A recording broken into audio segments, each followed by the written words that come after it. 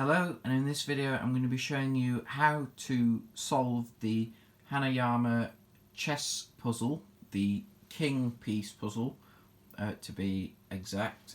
So yeah, I got this recently and I really like it. It's well made, it's made of solid metal. It's a little bit too big to actually use as a king in a chess game, but it's very nice. The box, the packaging is nice. It tells you a little bit about it, and what, find the hidden coin inside of it. And you can read that, pause the video, read that if you want to. So the way you solve this, if you don't want to, actually I should probably put a little warning in. If you don't want to see how to solve this, stop the video now and I'll leave a pinned comment so that you can click the timestamp and skip towards the end of the video where I give my final thoughts on this. And you can see the coin and what have you that's inside. I'll show that at the end of the video. So if you want to skip to that point, just click the timestamp in the pinned comment.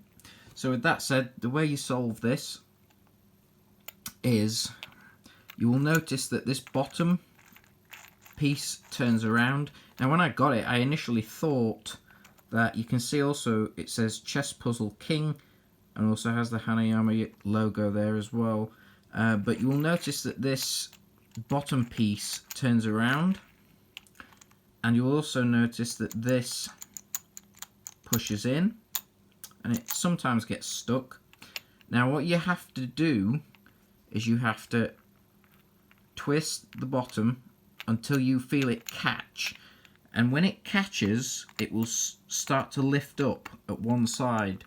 And I don't think you're going to be able to see it on camera, but you'll be able to see a little, very difficult to see, but I don't know if you can see just above my thumbnail there is a little hole, a little square hole just in there.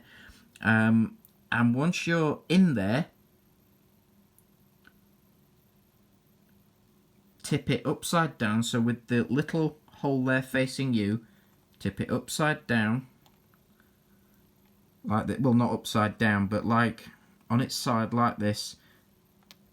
Make sure you have it so that it's not sticking up at all, that it's pushed back in, but roughly upside down. And then you want to push this button and just kind of jiggle it until it stays in and doesn't spring up all the way. See how that's not sprung up all the way? And then it should open up. So the way this works, I'll show you the coin in a sec. So the way this works is you've got this little ridge here, and that little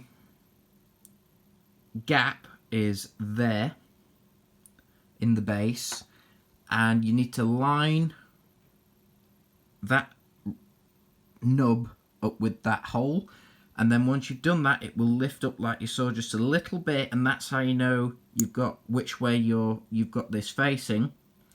And then once you've done that, you need to make sure that you flip it this way so that that little notch, that little nub there, is on the bottom. You can see you've got this pin here that when you push this in, it will drop into there, and then you let it release, and if it doesn't spring up all the way, it means the pin has got caught and it's flush, so you can slide it out. And that's how it works. Now to reset the puzzle, well actually I'll just show you the coin first, but I'm going to leave the coin out. I'm not going to put the coin back in because I want to show the coin at the end of the video for those people that wanted to skip and didn't want to see the solution. So that is the king side, and this coin is extremely small, and then there is a star on the other side. So that is very nice, and it, again, very small. It's smaller than a 5p piece. For those of you that live in the UK, I mean, you can see compared to my thumbnail there, is tiny. So don't lose that. So the way you reassemble this puzzle, if you want to, just drop the coin back in the bottom there. Line the little nub here up with that hole, slot it in, and then rather than tipping it this way like before, you want to tip it the other way, because what will happen is that when you release, gravity, when you push this button in, gravity will cause that little pin to come back out.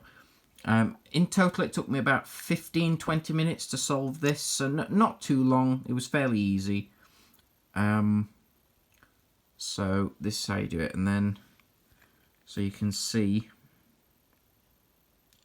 when I push that in, you can see how that pushes out a bit further, and then even though we're lined up at that notch, that pin should have come back out.